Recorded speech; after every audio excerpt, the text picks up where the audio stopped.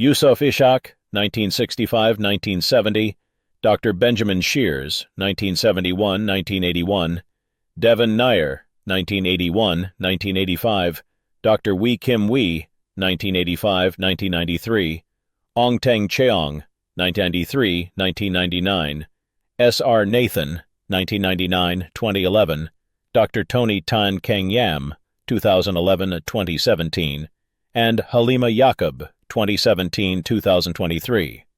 What do these luminaries have in common? They are all former presidents of Singapore. The elected president, I commend it to you. I think you can sleep better with your money under lock with 2 keys. We have set in place a president with blocking powers. So any opposition that comes in will find, first, he cannot touch the reserves. Otherwise, you can promise the sky and spend the money. And all our hard-earned savings will go within 5 years.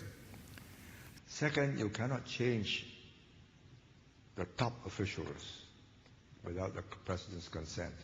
And even from my sick bed, even if you are going to lower me into the grave and I feel that something is going wrong, I'll get up. Founding Prime Minister Lee Kuan Yew thought about the elected presidency for 15 years before it comes into place. What are the intent and mechanisms for this important institution? And what are Mr. Lee Kuan Yew's views on this? Please watch until the end to find out. If you like this video, please like, share and subscribe. The elected president.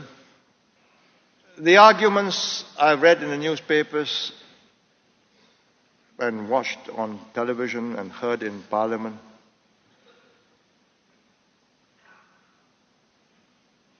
does not meet one simple point.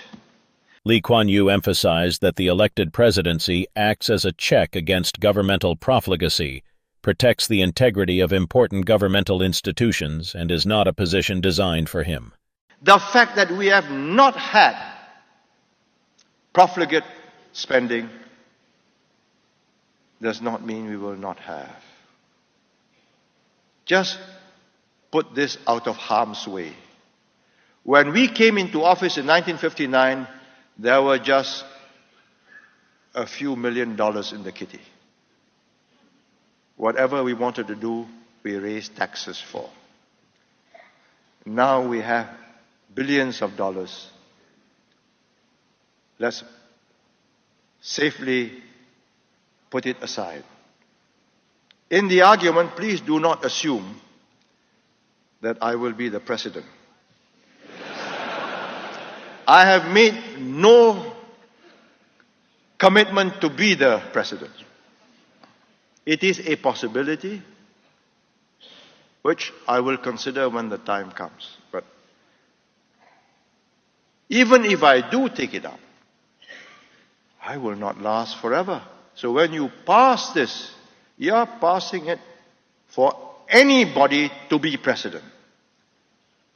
And that is the basis on which the cabinet has considered this matter for 5 years. 6 years, really. Ong Pang Boon says 5 years. It's actually 82. 6 years. I commend it to you. I think you can sleep better with your money under lock with 2 keys.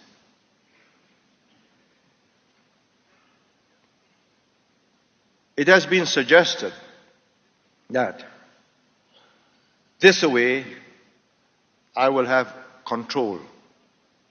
That, in other words, I will still control the Prime Minister. There's 2 centers of power. You know, the constitution of the PAP and the way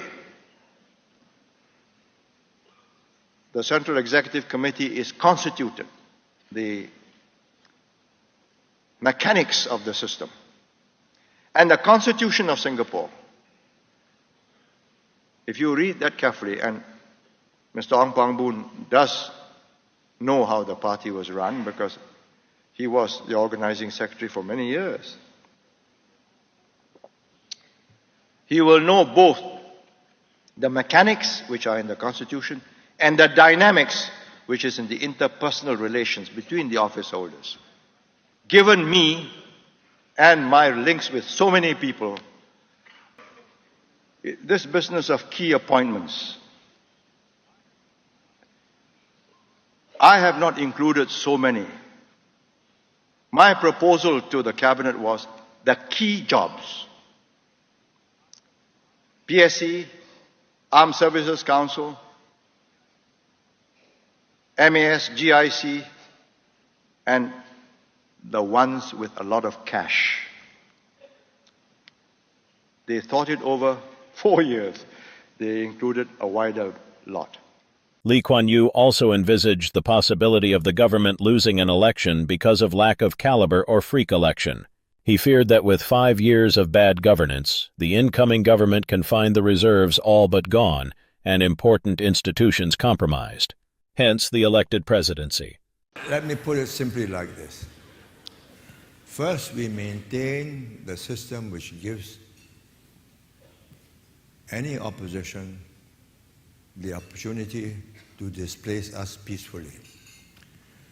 And we allow the system. We have not interfered with the civil service, we have not interfered with the judiciary, we have not interfered with the parliamentary procedures on the system, police and so on. And if you can win an election, so be it. And at some time, someplace, we will not be able to find a team which can equal an opposition team. And that day we deserve to be out. If we become corrupt, if we become inefficient, we can't deliver, we're out. Now, what if we have a freak election? As we may well have, because many voters now tell you openly, you know, my family, 3 of us voted for you, but 2 of us voted against you, just to let you know that we want an opposition voice and we don't want you to be so overwhelming. So in that situation, you may have a freak result. And I say, all right, that worries me. The elected president may veto the government's proposals in the following areas, including the use of past reserves that are not accumulated by the government during its current term and appointment and removal of key office holders in institutions listed in the 5th schedule of the Constitution. So we have set in place a president with blocking powers. So any opposition that comes in will find, first, he cannot touch the reserves. Otherwise, you can promise the sky and spend the money. And all our hard-earned savings will go within 5 years. Second, you cannot change the top officials without the president's consent. The first 3 or 4 officials and commanders, police and so on, you cannot change them. And if they retire and you want to appoint a new one, the president must approve. And all the government funds, any raiding of the funds, even under our control now, PAP, must be approved by the president, who has a council of presidential advisors who are very well versed, experienced economists, businessmen, who will advise the president yes or no. Now, why should we do that if we expect to overturn an election? We expect, if we are voted out, to stay out and hope that within 1 term, that new government, incompetent, unable to deliver, will be out. And there's enough core competencies and the funds to enable a fresh PAP government to revive the system. Why do you think we put in all these safeguards? I spent 15 years thinking out these safeguards and finally persuaded my younger colleagues that we needed this, because they can't guarantee that they'll each time produce a better team than the opposition, just because you've done that in the past. I don't see any problem in the next election, probably the election after that, but if we don't find a good team in the election after that, and the opposition gets a good team together, we are at risk. That's the way it is. You know, one of the first lessons I learned when I went to LSE for 1 term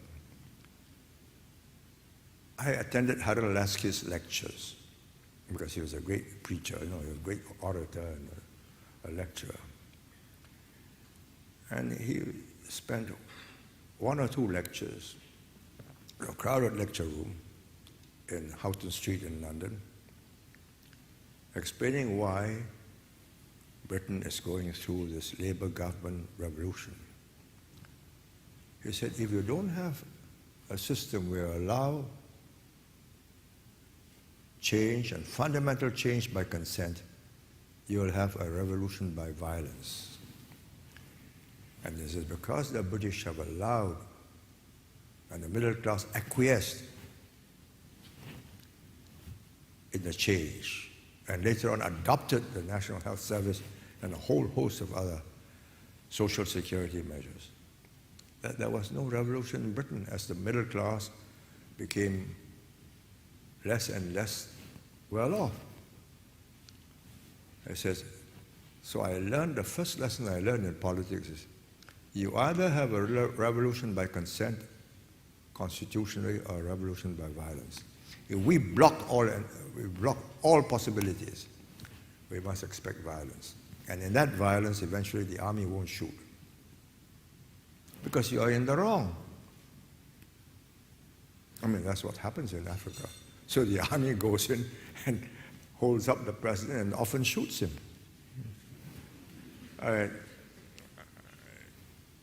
If we had not these thoughts at the back of our minds, why do we do these things?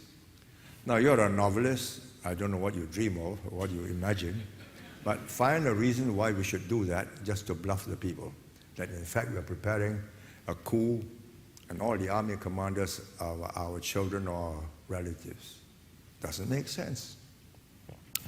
An army commander, Air Force or police has to be approved by a committee and the president must agree. Why? Because we will appoint that commanders? No. Because a stupid government may do the wrong things and when we return, we may find the whole machinery has collapsed, as often is the case. Simple.